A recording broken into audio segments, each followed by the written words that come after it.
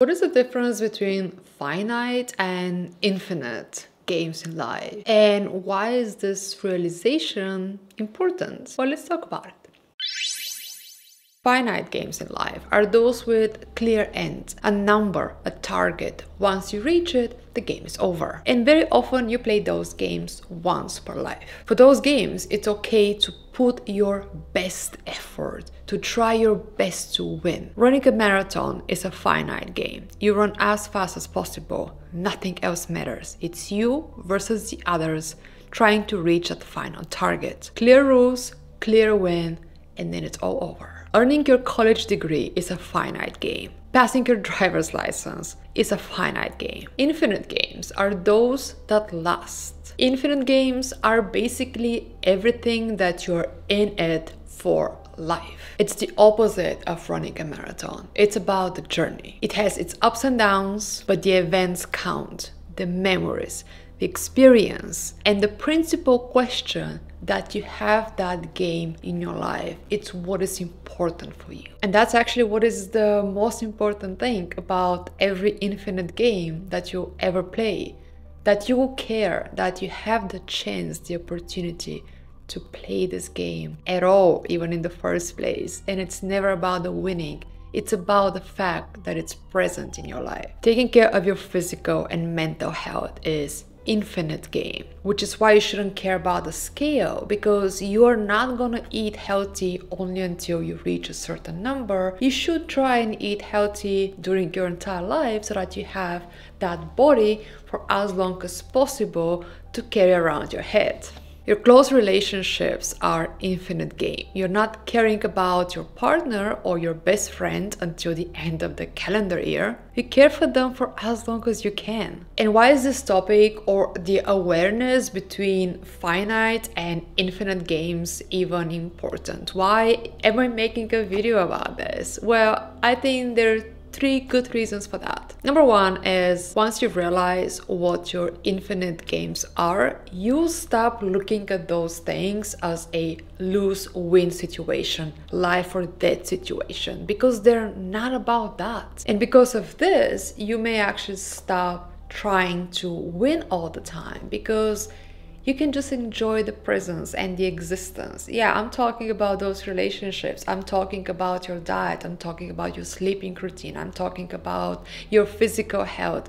Yes, sometimes you're gonna have a relapse. You're gonna have a slow day. You're gonna have a fucked up day where you did everything wrong. And it's okay, because you can just get up and be a nicer person to your partner again, eat a healthier food, try to go to bed earlier again. It's a never-ending game, so it's okay that you don't win all the time. And this actually brings me to point number two. Once you realize what your infinite games are, you actually stop requiring from yourself to give to those things your 100% energy and effort every single day, because it's not about winning, it's about maintenance. And you don't maintain anything ever when you give it 100% every single day, because that's not sustainable. You maintain it with consistency, and consistency means that you show up every day. Sometimes it's gonna be 40%, sometimes it's gonna be 80% effort and energy, but as long as it's consistent,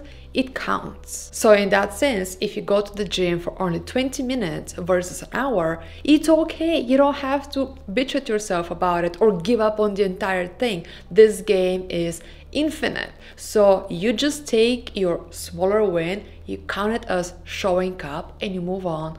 And it's okay. And reason number three why thinking about infinite versus finite games in your life is so important for your well-being is that it actually encourages you to think what is really so important to you that you would like it to be an infinite game. What would you like to be in for life? So you can take a step back and think, okay, well, is that job, that career, that relationship, that hobby, that habit, that routine, that whatever is there, that behavior, that skill, are those things what I want to have for life? Is that something that I would like to keep doing 10 years, 20 years, 30 years from now on? And it's impossible sometimes to plan so much in advance. I completely get that. But in an ideal world, what would you like to keep with yourself? What would you like to be part of your day? It doesn't need to be a lot of things, could be 2 or 3 things. But being aware of this, I think it's very important for mental health, yes, because then you have this intentional living and a bit more, I would say, focused behavior, because you've made a decision what you would like to be sustainable at, and then you act accordingly. But also it makes you filter what is not sustainable for you. If it's a job, relationship, or routine or habit that you're thinking, wow, I actually cannot do this for a couple of years, that's gonna drain me, that's too much, that's something that I wouldn't like to keep for so long. Well, not only that this is, well, knowing what you don't know is as important as knowing what you do want, so it's still very good knowledge to have. But second, it kind of like reduces the stress in you, because, well, if it's not something you'd like to keep forever, then yes, give it your best here and now, bring it to an end, and then just chill and move on to the next thing.